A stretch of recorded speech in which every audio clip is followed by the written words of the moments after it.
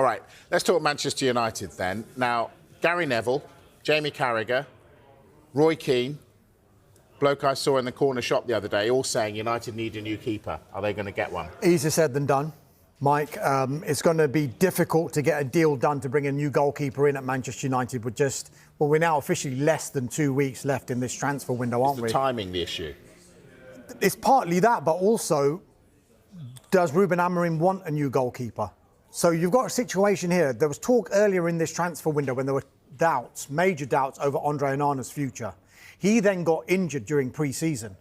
So effectively ruled him out of a move because he was injured. So he was going to be out until the start of the season, people thought. So he wasn't going to get much of a pre-season in. And publicly at least, Ruben Amorim has said that he is backing the 3 goalkeepers that he's got. Andre Onana, Altay Bayindir and Tom Heaton. Now, there was lots of conjecture yesterday when the team was announced for Manchester United's game against Arsenal and the squad was announced. Andre Onana nowhere to be seen. They interviewed Ruben Amorim before the game. Why isn't he there? Well, is he injured? Is he not fit? No, he's fit. So everyone assumed that Andre Onana had been dropped. He played that down later simply by saying, look, he's hardly had any training time, he's hardly had any game time, and that's why he chose Altay Bayindir ahead of him yesterday. Now, if an offer in these last 2 weeks was to come in for Onana that Manchester United maybe couldn't refuse, then there's the possibility that they would try and see if there's a keeper available that they can bring in. But at the moment, it would be very, very difficult because there's been no offers for Andre Onana and there's no sign at this stage that Andre Onana wants to leave Manchester United anyway. There's quite a good goalkeeper hanging around, available. Donnarumma, why don't they just buy him? Good question. I mean, arguably he's the best goalkeeper in the world at the moment. PSG have made it clear that they are going to sell him in the next 2 weeks. Having said that, even though he's only got a year left on his contract, PSG is still looking for around 40 to 50 million euros. So that is, what, around 40 million pounds. Now, he's also on big wages. The information we have is that Manchester United, Manchester City have not been in contact with his representatives. Now, potentially that could change, as Dharmesh said. If United were to sell Onana, then potentially maybe they'd pick up the phone and contact Donnarumma's representatives. But even then, it'd be very, very complicated because there's the big transfer fee and there's his big wages as well. And you'd have to convince him, I think in United's case, to move to Manchester United because he wouldn't have any European football. And he's going from the Champions League champions. That wouldn't be a case at City. But of course, City would also need to sell somebody like Edison, but they've just signed a very, very good goalkeeper as well. So I hear what people are saying about Donnarumma. He's available. Why doesn't somebody go out and sign him?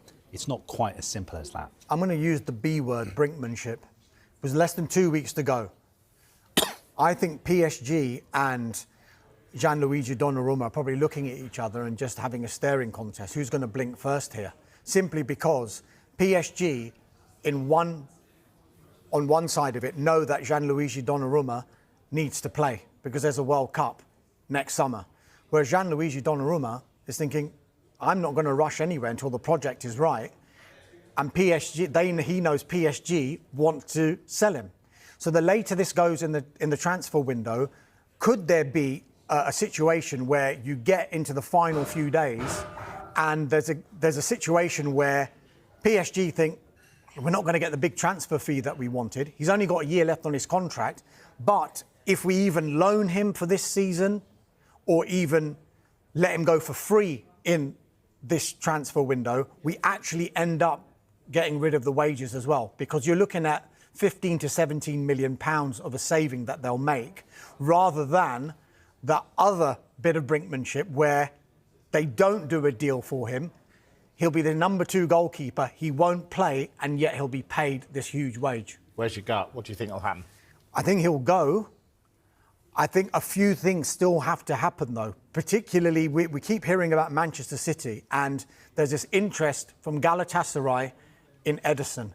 Now, if that one wants to come to fruition, there is a chance that Manchester City might approach PSG and Gianluigi Donnarumma's representatives. But as Carve said there hasn't been any approach to his representatives at this stage. That's because the two clubs that we keep talking about, the two Manchester clubs, have still got a full complement of goalkeepers in their department. So until that changes, Donnarumma is not going to go to either of those clubs. But the closer we get to the end of the window, because over the weekend, I think a lot of eyes were on the Manchester City squad as well.